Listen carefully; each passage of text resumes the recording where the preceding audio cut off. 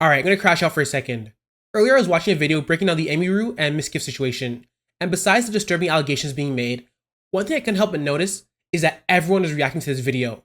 Like you got XQC, Valkyrie, Pokimane, Nico, WestJet, Tectone, and H3H3, and probably a dozen others that I'm forgetting. And I couldn't stop but think, why? Why are all these streamers reacting to the same thing? Like you could say maybe it's because the story is so big and shocking, but no, you're wrong. You see, it's not just a Miskiff situation. Look at any drama lately. Hassan's dog, Jason the Ween and Sakura's breakup, Rikai and Des Mafia Dawn issue, even the Iron Mouse and Visojo situation. It's always the same cycle, the same faces reacting to the same thing in the same way. And it's gotten so bad that people have coined a term for this, slop tubers, because everyone is digging through the same content slop. And here's the part that just clicked for me. They're not content creators anymore. They're content cosplayers now. They may look like content creators, but they're just really playing the part. They got the mic, the camera, crazy facial reactions. They do all the motions, but underneath, there's nothing real. They're not really adding value. They're not saying anything new. It's all just mimicry, pretending to be insightful, pretending to be entertaining, pretending to care. It's the most surface layer creativity without any substance. They're cosplaying as content creators and not actually creating. A recent example of this that really stood out to me is how Valkyrie reacted to the Cutie Cinderella situation. I have a clip of that, so I'll play it for you, but a quick backstory for those of you who don't know. So Cutie Cinderella is a huge streamer and happens to be the girlfriend of Ludwig as well. And recently she's been in hot water for hanging out with people that make some pretty offensive remarks. And Valkyrie, being Cutie's friend, wanted to give her some advice to help her understand why her hanging out with these people was wrong. So let's just see the clip to see what insightful advice that she gives. I did tell her, I was like, Cutie, I do think your tone doesn't help because you inherently sound really angry all the time. You sound really, and she knows. I was like, you're very blunt.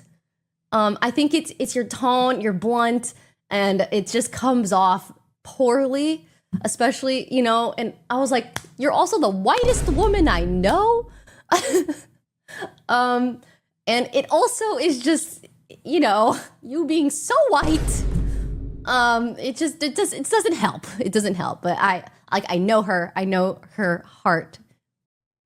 That was some interesting advice. You can see that other than Valkyrie making some questionable comments about QT's skin color, what did she add to that conversation? It was literally just her clip farming and dog whistling, and she didn't really add anything. What nuance, facts, or utility did she bring? None. But like clockwork, all the usual suspects reacted. Then Valkyrie doubled down on Twitter, telling QT to check her privilege, and guess what happened next? Say it with me now. The slop tubers reacted. And then she deleted her tweet and made a whole new video about it. And guess what they did again? That's right, they reacted. Do you see the pattern here? One situation spirals into 4 or 5 rounds of content, all off the same drama. And the incentives are crystal clear. Every hot take equals more subs, more engagement, more reach. And these guys are making tons of money. So for them, the question will be, why make something thoughtful when you get so much more engagement from reacting to someone else's mess? Now, I can already hear the comments. Did you just make a react video as well? Well, I did, but mine's different. I'll tell you why. Just come closer. Come closer and that won't hurt you. Man, shut up! I try to make money too. Hopefully now you learn not to mess with my money. I'm just kidding. But in all seriousness though, I have made react videos in the past.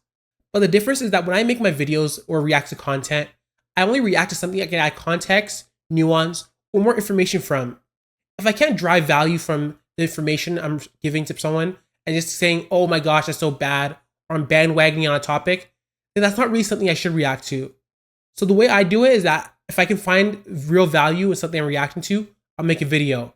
If I want to react, just say that's so bad or just jump on the wagon, I won't make a video on it. And just so we're clear, I'm not trying to call anyone out or start any beef.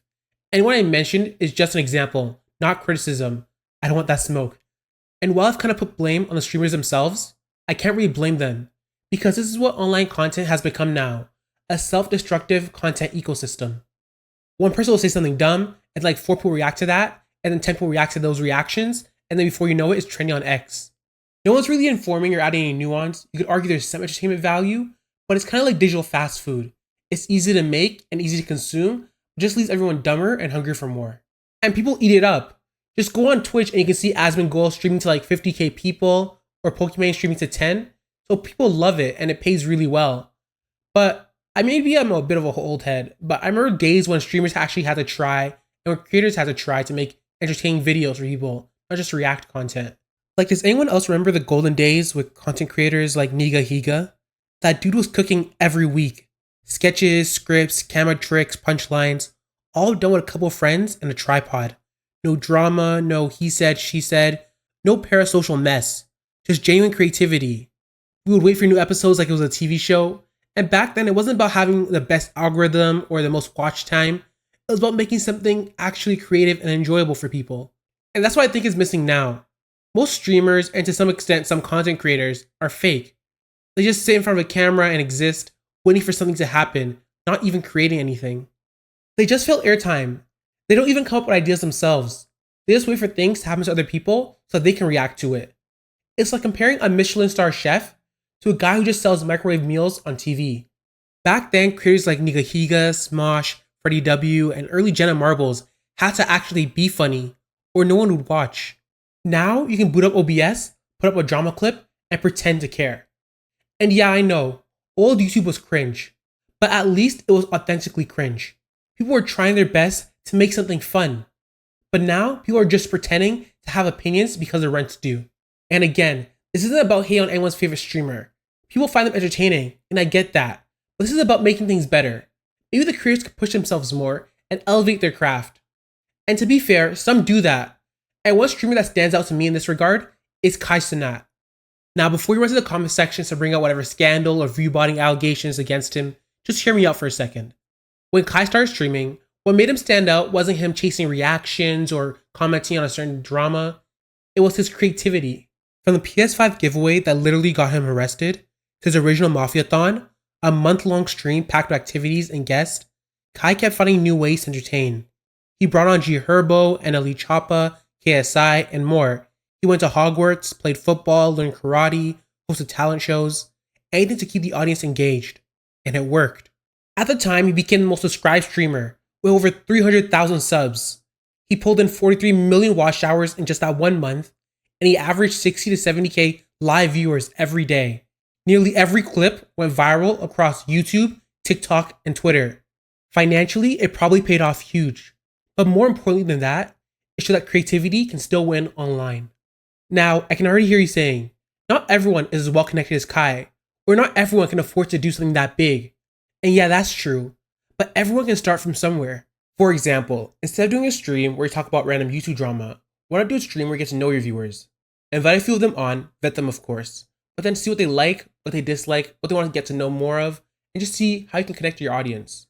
Find new ways to be entertaining and engage your audience. You don't have to be great at it at the start. You don't even have to quit React content. Just maybe carve out a small part of your stream to try something new, to be more you. And the great thing is that the more you experiment, the better you'll get. And that's kind of what I'm doing here. Back when I started my channel in July, I started doing gaming and financial news, but lately I've been experimenting. I've been trying new forums and new content, and just trying to figure out what feels right for me. And yeah, I've definitely had some hits and misses, but I've learned a lot. And I'm still not where I want to be yet, but that's okay, because chasing views isn't the goal, improving is. And the last thing I want is to be stuck making content that I don't enjoy. The second that happens, it's not fun anymore. It becomes a job. And I think that's a mistake that a lot of creators, both small and big, make. If you want a good example of someone who evolved and found something they genuinely enjoy, look at PewDiePie. He used to dominate YouTube, doing things like gaming videos and meme reviews with his high energy and funny personality. And for years, he wasn't just a creator. He was YouTube. But over time, you can tell that his interests have shifted, and he stopped chasing trends or competing for attention, and basically just doing whatever he wants now.